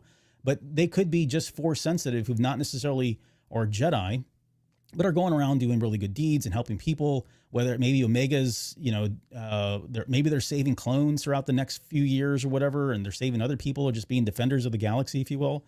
I just love that idea that those three are out there and that she finds somebody who can actually train her in the ways of the Force. And oddly, it being Asajj Ventress. Think about that. Asajj Ventress being somebody who trains someone else in the ways of the Force and for good, especially given her background and how she started off with, right? Think about that. I mean, there's a lot there that is very poetic in a lot of ways. Well, and then you go, Asajj Ventress as a mother figure, like, come on. Yeah. I mean, you're like, oh my gosh, we've really come a long way with that character, right? Yes. Yeah. So that's one aspect of it. Okay. So now let's talk about the Palpatine of it all. I think let me go back to the question of, I'm going to try to pull up my notes here because I got away from it. But I think it was Trent who threw in, or was it Trent's Vader's question? I forget. Trent was Vader, I think. Bull Run. Okay. Let's just talk about Palpatine. So Tantus, I think they're sticking to what they did in Legends. We kind of predicted as much during season 2, especially given they were talking about cloning and we were talking about, Palpatine at that point. It does feel like they are keeping that true, that this is a cloning facility.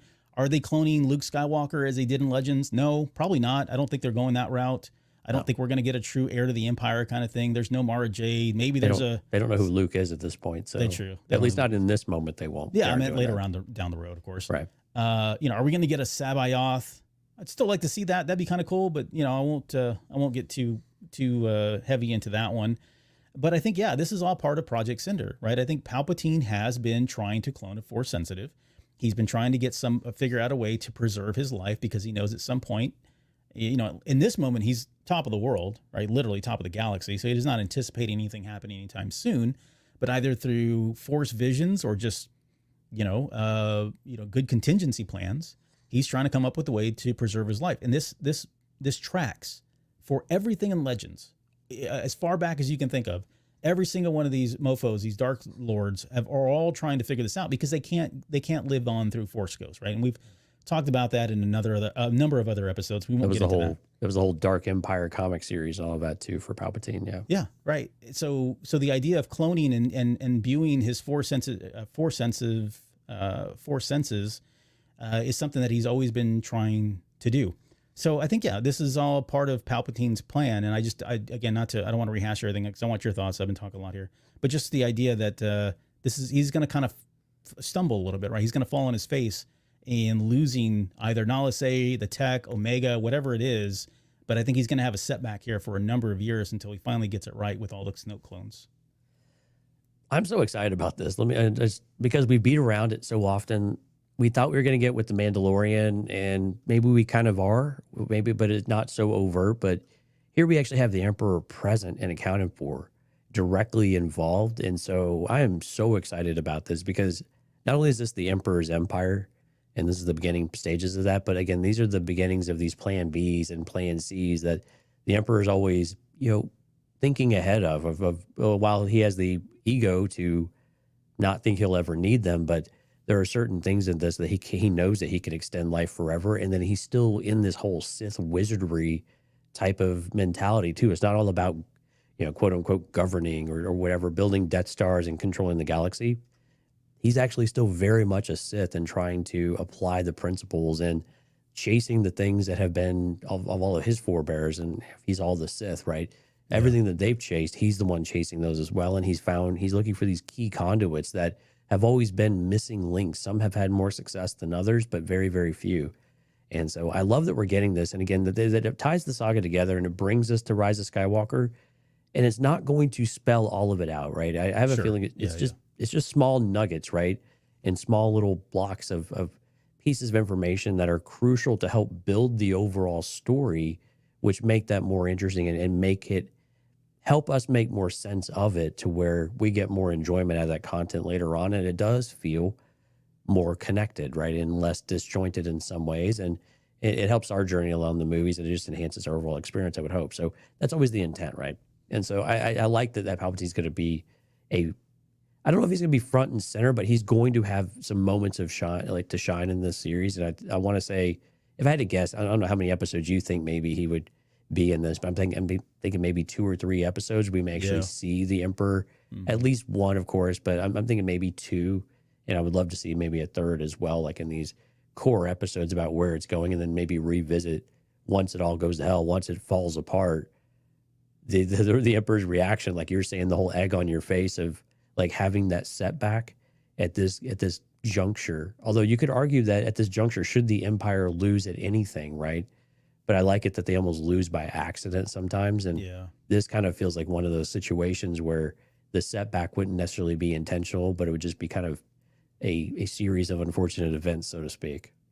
Yeah, and not to take anything away from The Mandalorian and what's kind of been happening in that timeline, but this series at least has an opportunity to tell us that Palpatine was indeed looking to extend his life, that he was looking to create a Force clone that we would know to eventually become Snoke, and then allow the Mandalorian series to tell that story, right? Because if he has been set back, what was the success story? Where is that story being told? What was the catalyst for him to finally get it right? That's still out there. That starts largely looms unknown and will continue to loom unknown. But I think that's an opportunity if they wanted to do, again, it's kind of hard to say now because of the movie coming out and all that, but we're in that space right now. And it's not much longer after that we suspect that at some point Snoke has to come around because he is influencing Kylo Ren or Ben Solo at a very young age. So they had to have gotten it right here. Not many more years from where we are in The Mandalorian season 3. So it does give them the opportunity to tell that story if they want to there, or they can do it somewhere else. But these are 2 very different stories, 2 different phases, 2 different eras, to quote Taylor Swift, 2 different eras of Palpatine's rise and fall and resurrection all over again. So that was from Trent. His question was, we need to finally get to the bottom all this cloning stuff Palp is up to. Again, I think you're right. We're going to get bits and pieces of it. We're going to get confirmation of it that this is indeed what he's trying to do, but it's not the whole story. I think if we ever get the whole story, it'll be told somewhere else, not necessarily in this series. And what's important to get from this is that the Emperor is not always in triage mode. Like this is actual, like you were saying, this is actual planning and foresight of what he's trying to accomplish, not necessarily necessarily viewing them as contingency plans, but as personal gain plans of where he wants his life to go, not necessarily planning for Operation Cinder or those plan Bs and Cs. While that could be a part of it, like this is very much, no, this is my plan A of I'm going to live forever. And approaching it from that side of things, which I really like, is that he's not always just in emergency mode of trying to come up with workarounds and things like that. So I think that's an important takeaway here as well. Yeah. Paul, wow, Paul made it. Says, made it. Bad Batch is one of the best of the animation. Then said, this is one of my favorite eras of Star Wars, the fledgling Empire. This is a really interesting era. I agree with you. Yeah. Let's see. I want to talk about, I want to go to Music Train's question about, will we see Vader? It's a loaded question. It's a tough one. It's definitely one. I'm going to let you take this one. Go. Well, I think he made the point of wherever, and I think it was him, maybe someone else, wherever force sensitive people, usually Vader shows up. And yeah, that makes a lot of sense. And man, there was a fan made trailer out there. I think a AD edit on YouTube. You can go out there and find out if you're on part of our Discord server, cantinacast.com/Discord. For Patreon members, I think I linked it out there too, that they replaced the Believer clone and in front of the Pabu Mountain for the trailer and had Vader with the breathing. Goodness. Yeah. And it made for a totally different vibe. Let me just tell you. And I was here for it. It was really good. But yeah, I would love for him to show up. But then again, it just becomes a little too much. We've already got the Emperor without Vader. I mean, usually where the Emperor is, Vader's following. But I think we've got enough bad guys with like Tarkin and Hemlock and others that we don't necessarily need Vader. And we're not chasing Jedi at this point. I think Vader is very much chasing Jedi at this point. And so I'm kind of happy to leave Vader chasing, the remnants of the Republic rather than, this little ragtag group of clones. Yeah. I'm with you. Like, again, Vader as a character is somebody I always want to see on screen, read about, hear about. The fact that we've got Palpatine already there is probably enough.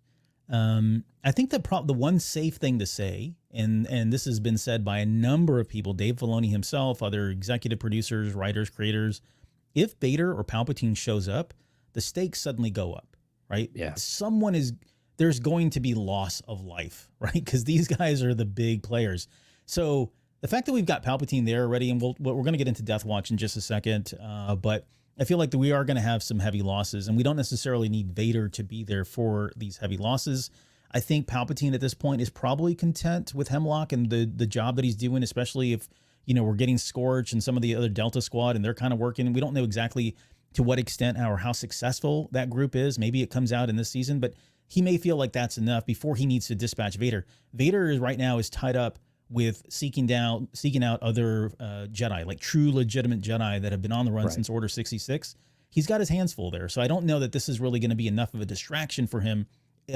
He was, even though if you think about the Star Wars Rebels, Vader didn't pop in until they became enough of a distraction that he felt like, okay, Vader, now you go handle this kind of thing. They were pretty okay during all of season 1, even when Kanan was whipping out his lightsaber, right? Still not enough of a distraction. So I don't think we're there yet with the Bad Batch. So I don't expect him to show up, although it would be kind of cool. Yeah, and again, I think to put a period on this one is that the Emperor is doing a lot of things behind Vader's back. And for him chasing eternal life in this kind of way, if we want to equate it to that, is definitely something he has kept from Vader. And we see a lot of this mostly in the comic books. So I'm sorry for those that may not read them, but we get a lot of that, right? The whole Inquisitor program was hidden from Vader, by Palpatine, and as well as other types of things as well of what Palpatine was doing. And so I think this would be another, not necessarily a secret from Vader, but definitely something that was not necessary for Vader to know, because it's the Emperor doing the Emperor's things. Mm-hmm. And I love the idea of the Emperor actually being the big, nasty, bad guy at the center of it all, with the really, truly devious plans that all these people have just kind of stepped into somehow. And a few people really support it because they think the Emperor's, I don't know, great upstanding guy. I'm not really sure what they do, or they're just there for the science. But I love that part. But I think that's why Vader won't be there, is because this is going to be something that's off the books. And this is Palpatine's agenda, not what he wants Vader's attention to be on, to your point there. Yeah. Okay, before we get into final predictions, I guess, and certainly the Razor Crest moment, let's talk about Death Watch. And so this is where we just make wild predictions about who's going to live and who's going to die.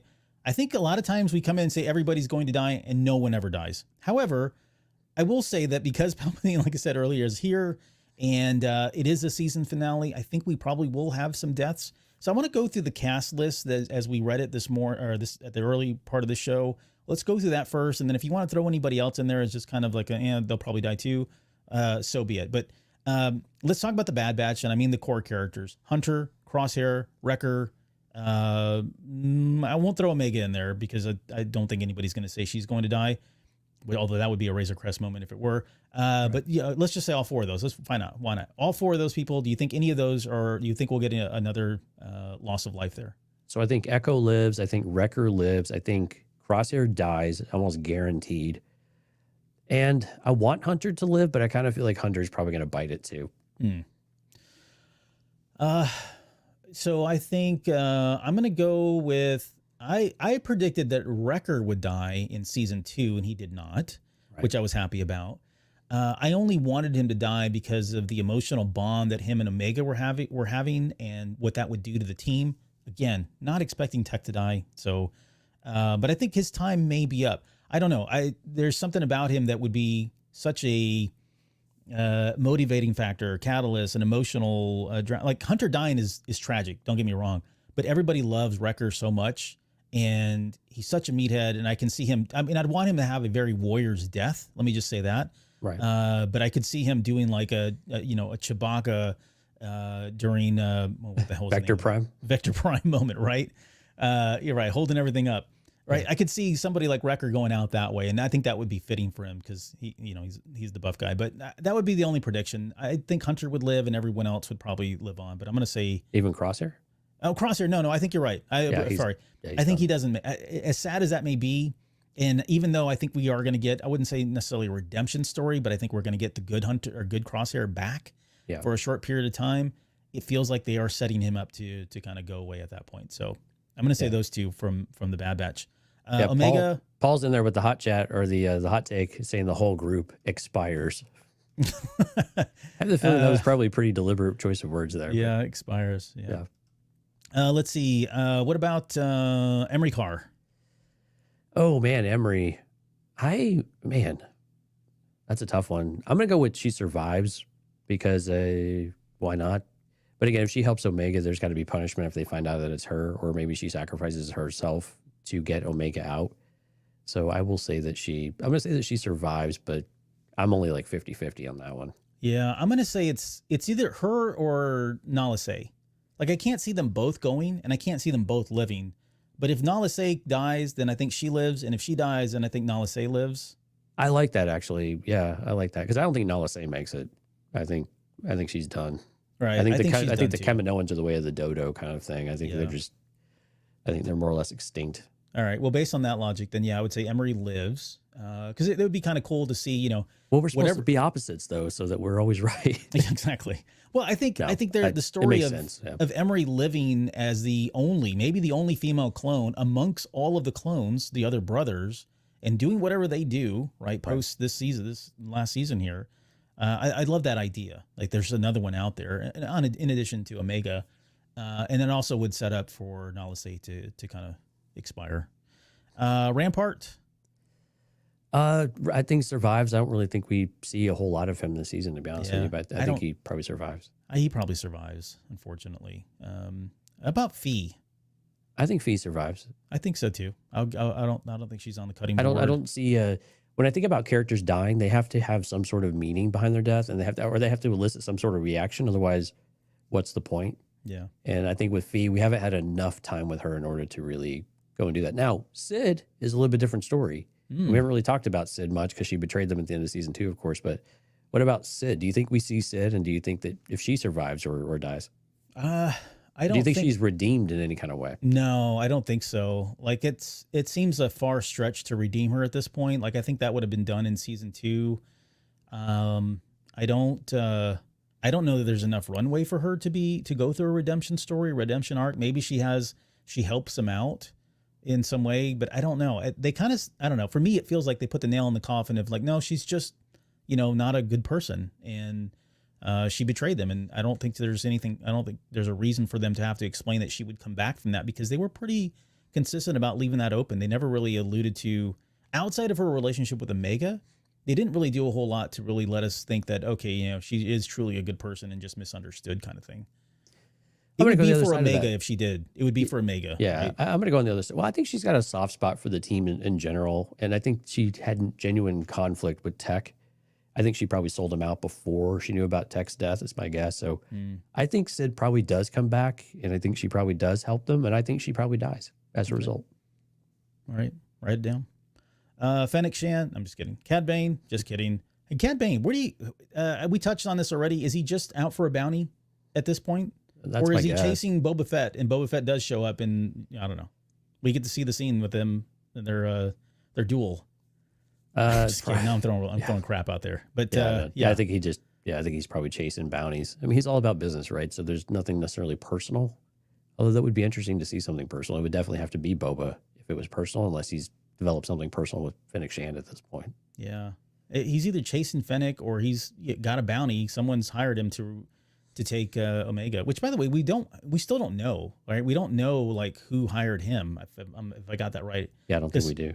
Yeah, well, I want to say it was probably. I think it was Hemlock and them is my guess, but possibly it was never confirmed. But we got the confirmation that Fennec was hired by Nala Se in that group. But what if they threw a wild card out there and he's been hired by someone else to bring her in?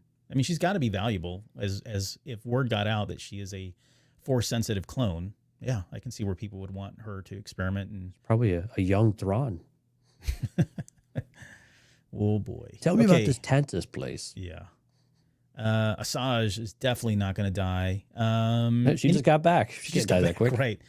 Do you think we get Quinlan Voss? Let me throw that out there too. It's not really Death Watch, but man, yes, but probably in a cameo. I just want it, so I'm going to say yes. I'm just going to go with my heart on this one.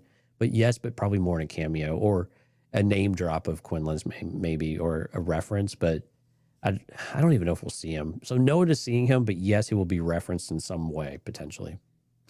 I'm going to go with yes, we see him, and yes, he shows up for at least 1 or 2 episodes and is a part of the grand finale. I know that's all in on Quinlan Voss. That's all in, yeah. But my God, we've wanted this guy to show up forever. And how the way we all lost our minds when we saw his name written on the wall there in Kenobi, it just felt like they were signaling that at some point we would get him. If we don't, I'm not going to be heartbroken because there's just something very cool and intriguing about Quinlan Voss living his best life under the radar of the Empire, and we never hear more about it. But if they're going to do it, this is the time. I mean, if you got Ventress, why not have him here? Yeah, I mean, they've definitely leaned into the comments about, hey, we're not breaking Dark Disciple. So there's got to be something there. But yeah, good. All right, we kind of covered both of the bases. We're back on track now. Good job. Anybody else? Did I miss anyone that I mean, we kind of stuck to the main cast there, but anybody else that we need to be thinking about? I mean, there's, Scorch and we can talk about Delta Squad. Well, yeah, so let's Cody. talk about Delta Squad. So it sounds like Delta Squad's probably not in these episodes from some of the creators, from the comments, but Scorch is in a few episodes. I'm guessing Scorch survives because I think they'll probably want to do something with them and flirt with that in some other content. So, but again, he's a background character, so I don't expect anything major from that character. So I think he survives. He's just kind of there doing the dirty work every once in a while. Yeah. I guess let's we can end the Death Watch there. Why don't we do kind of our Razor Crest moment prediction? Again, so this is a wild prediction that no one would predict, and then yet it still comes true. It can be kind of anything that's out there. I'm terrible at these because I don't have that vivid of an imagination to come up with something so crazy anyway. But I'll let you go first. Yeah, of course you would. I just say all that, and you're like, yeah, go ahead. Go ahead. You're going first. What's your big Razor Crest moment? Well, you have the floor for the next 15 minutes, so you can explain how you got there too. I think my big Razor Crest moment, honestly, and again, this is me trying to really think outside the box and subdue or subvert my expectations based on everything that's happened over the last 3 seasons and what we've gotten so far in the trailer, and that is that Omega doesn't make it out. And I know that would be like, I mean, you talk about subvert expectations. I don't know that you could do it any more than that, given that she was a main character. Yeah, that'd be tough. Is there a storyline there? Would it make sense for her not to survive? I mean, I guess no one would like it, but it could exist because you've got to take away. She has to disappear is all I'm saying. Like either through the way that I really want to happen, which is again, she runs off and has this joins little the path or whatever.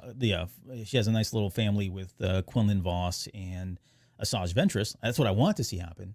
But she's got to leave. She can't be part of the picture anymore, because otherwise Palpatine has always got something to go after, and he's always going to have a path to immortality because of how successful she's become.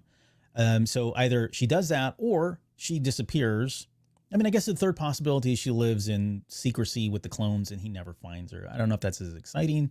But again, going back to Razor Crest and being something that would be completely unpredictable, I would say that, yeah, her passing would certainly fulfill and check the box of Palpatine's never going to be able to experiment on her again, and certainly would be a Razor Crest moment in the true sense of the form. Yeah, that would be a good one. I mean, because there's so many ways you could take that and say, okay, she doesn't make it out, and they do get a sample, and that creates it actually spawns the first success. So instead of a failure, it's actually the first success for Palpatine in his journey towards immortality, right? So this isn't necessarily a failure. It's actually the first of steps moving in the right direction, even though it's just one step that still doesn't quite crack the entire code. But so he kind of fails, but he kind of succeeds in the long run somehow, right? Yeah.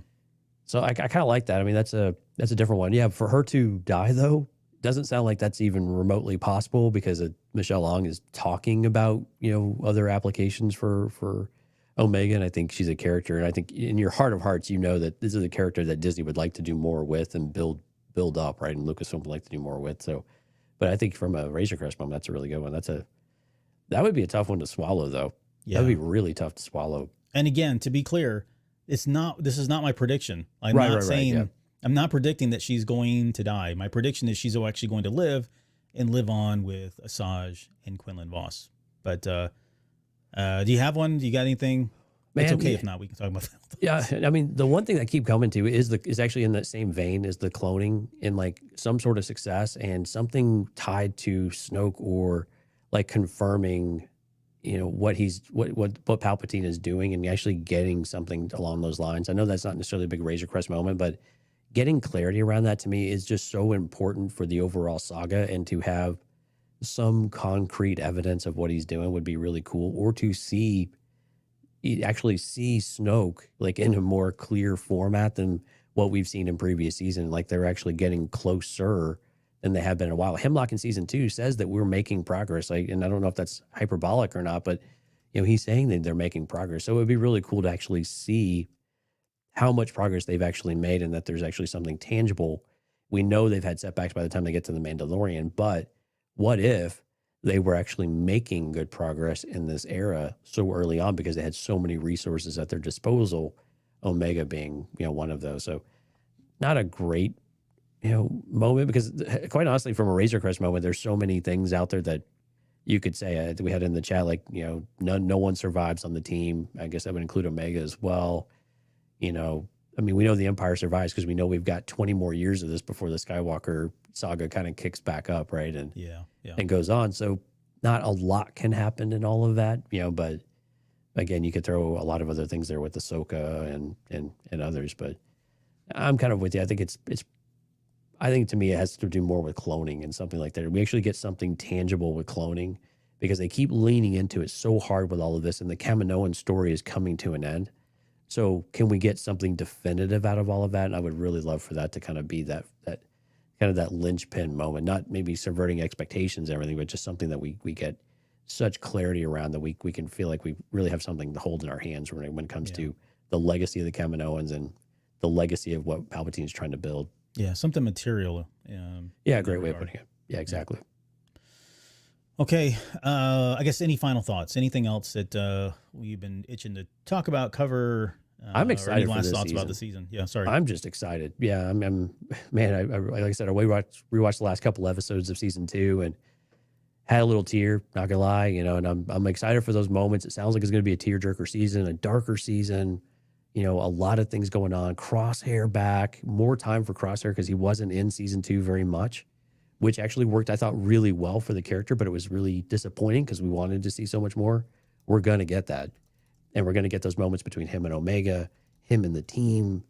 So many really cool things I think are going to come from that. And it sounds like the team has really they've really focused on making sure this feels like a complete story of these 3 seasons, but also that it fits. And I'm really excited to see what they've put together from the writing front and where the characters go. And they've built such a great kind of universe in these 3 seasons with just this small team here that I think the legacy of Star Wars is so enhanced from the Bad Batch that I'm really curious to see if there's a springboard for something after this as well. Yeah. I think when I, on a personal moment, like, and I think back the episodes that you and I have done, like some of the earlier episodes together that we did was covering the Bad Batch and covering those episodes that never aired.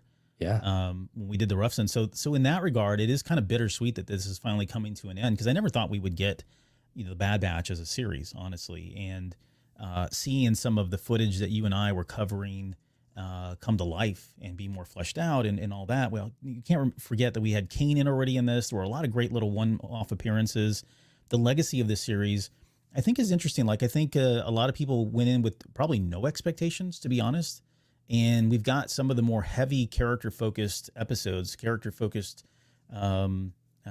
that we've had in arguably in a lot of Star Wars, to be honest. That's a credit to the writers themselves and a credit to the voice actors. D. Bradley Baker, we talked about him at the very beginning and just how much life he's able to breathe into all these characters, even though he's doing the same freaking accent, but just the subtleties of bringing these characters to life and giving them all these extra dimensions and stuff. So, that in itself, I think, is part of the legacy. I'd love for them to, I love the fact that they will have hopefully been able to recontextualize somehow Palpatine has returned. Again, it's a benefit that Star Wars has. So I do like the idea that they're coming back in and kind of filling in those voids, fleshing all of that out. I don't know how much people are going to, 10 years from now, 15 years from now, are they going to be looking back at this series and saying, hey, this was something that was pivotal and you have to watch because it has, it makes everything make sense. I don't think it's enough to drive people. But if you're a Star Wars fan, you're a fan of the animation, you're a fan of the Clone Wars, you're a fan of, the work that Dave Filoni and all of the crew here do, this has turned out to be one of the better series, even though it did have moments in there where I felt like, we were removing ourselves and we were kind of having that monster of the week and kind of detracting from the main storyline, the mythos that was going on here with the cloning. All in all, I mean, it's been a pretty dang solid show. The animation has been amazing. I think we talked about that very early on. There's a lot of credit that goes to the animation itself, the music from Kiner Brothers. I mean, there's a long list of A-list players that have been here from beginning to end.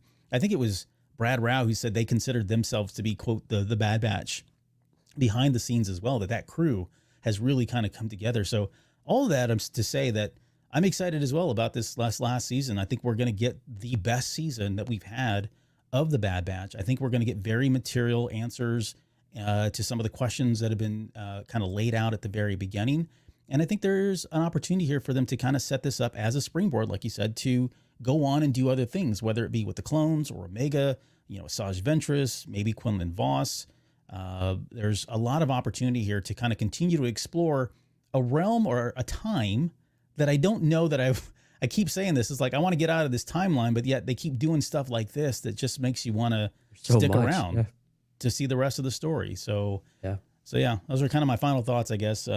Super excited about the season. It can't come soon enough. Yeah. You know what I'm super excited about every week, Albert? Who's that? Or what's that? All of our amazing people that come out for the live stream. We had a lot of people in the chat. We had a lot of people in the background. Thank you all so much. Of course, a huge thank you to our Patreon members. But those in the live chat tonight, Steph, Jennifer, Sky, Music Train, Danny, JJ Skywalker, 80s Kid from the 90s, One Up versus CPU, Brandon, Ronald, Trent, Bull Run, Paul's Collectibles, Jackson Abbott, everyone in the background, thank you so much for coming out. If you're listening to the podcast, cantinacast.com/YouTube. You can go out there and check out the videos. Please feel free to subscribe, leave us a comment. Let us know what you thought. Let us know what you're excited about for the Bad Batch Season 3. What are your Razor Crest moments? What are the things that you're thinking we're going to see that maybe we aren't expecting and that we've not talked about tonight? We'd love to be able to hear it. Yep. And don't forget, this Thursday, we'll be back to cover the first 3 episodes of The Bad Batch. So buckle in. That might be a little bit of a longer show, depending on where the conversation goes. Let's just be honest. It probably will be. And then I anticipate all of them being quite long. Yeah, I do too. So we've got that coming in. And then Lauren and I will be back this week. Lauren's coming back to start doing, her and I will be doing more coverage on the High Republic including some comics that we've got scheduled down the road. And then we'll be back on Sunday of next week also for a Patreon episode to be determined. We'll likely drive some of the content out of these first 3 episodes, or one of the themes from the first 3 episodes, or maybe we'll come back and do a I Told You So episode. I don't know. Depending on how things go, we'll come back on Sunday and do a Patreon exclusive episode that just digs deeper into a lot of what we've talked about already for the first 3 episodes of the Bad Batch. And we got a lot of content still coming down the road between now and May 1st. All right. Any final thoughts, comments, anything else before we get out of here? Nope. Let's do it, man. All right, guys. We'll see you here in just a few days.